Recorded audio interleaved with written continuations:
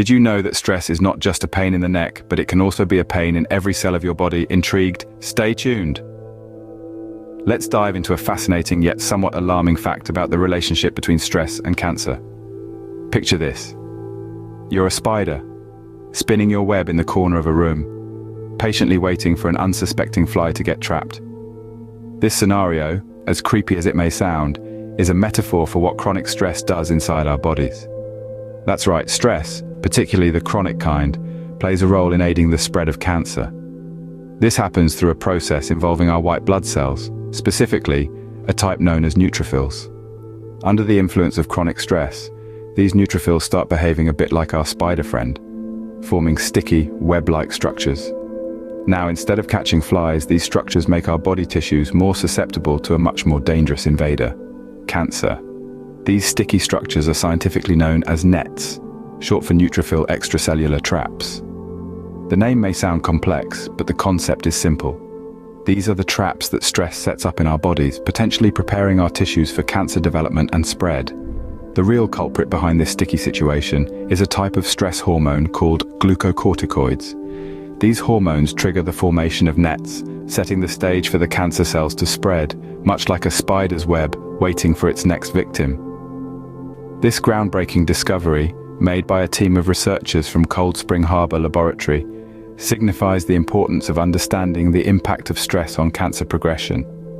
It highlights the potential for stress reduction to be integrated into cancer treatment and prevention, painting a clear picture of the intricate relationship between our mental state and physical health.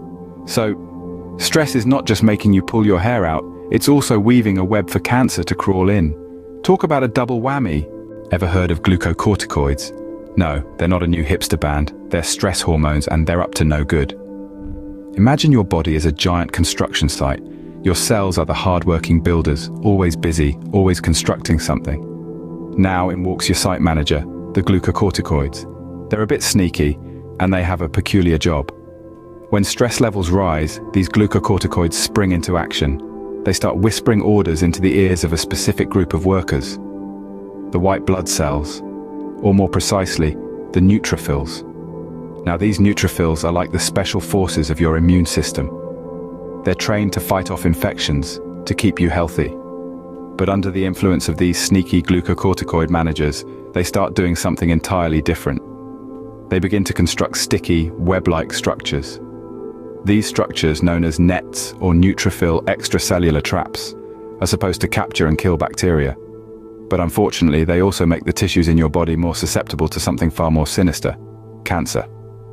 Let's take this analogy a step further. Suppose your body is a peaceful town, and the nets are like a network of sticky, cobweb-filled alleyways. Now imagine a group of unwanted guests, the cancer cells, roaming around. They're looking for a place to settle, to grow.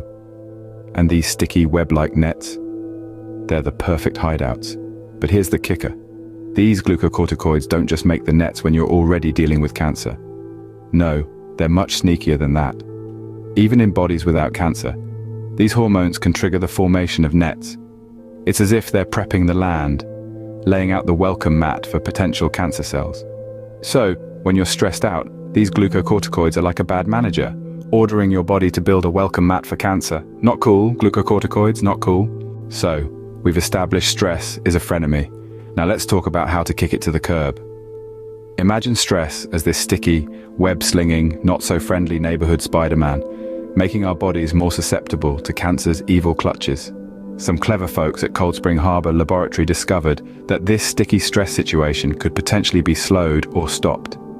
And how do we do that, you ask? By simply telling stress to take a hike. Now don't go packing your bags for a stress-free life on a remote island just yet. Although, if you can, please take me with you. Anyway, there are simpler, everyday things we can do to reduce stress. Let's start with the basics. Breathing. Yes, you heard me right. Breathing. But not just any old breathing, we're talking deep, mindful breathing. Picture a serene mountain lake. Now breathe in slowly, filling your lungs with crisp, clean air. Hold for a moment and then exhale, letting all the stress and tension flow out with your breath. Repeat this a couple of times and voila, you've just performed a basic stress-busting technique. Another simple trick is mindfulness. Mindfulness is like being a detective in your own life, tuning into what's happening right now, without judgment. So the next time you're sipping on your morning coffee or tea, pay attention to the taste, the smell, the warmth of the cup in your hand.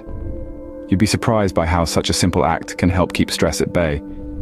But remember, these are just the basics. The world of stress-busting techniques is as vast as the universe itself. And no, that's not an exaggeration. From yoga and meditation to painting and dancing, there's a myriad of ways to show stress the door.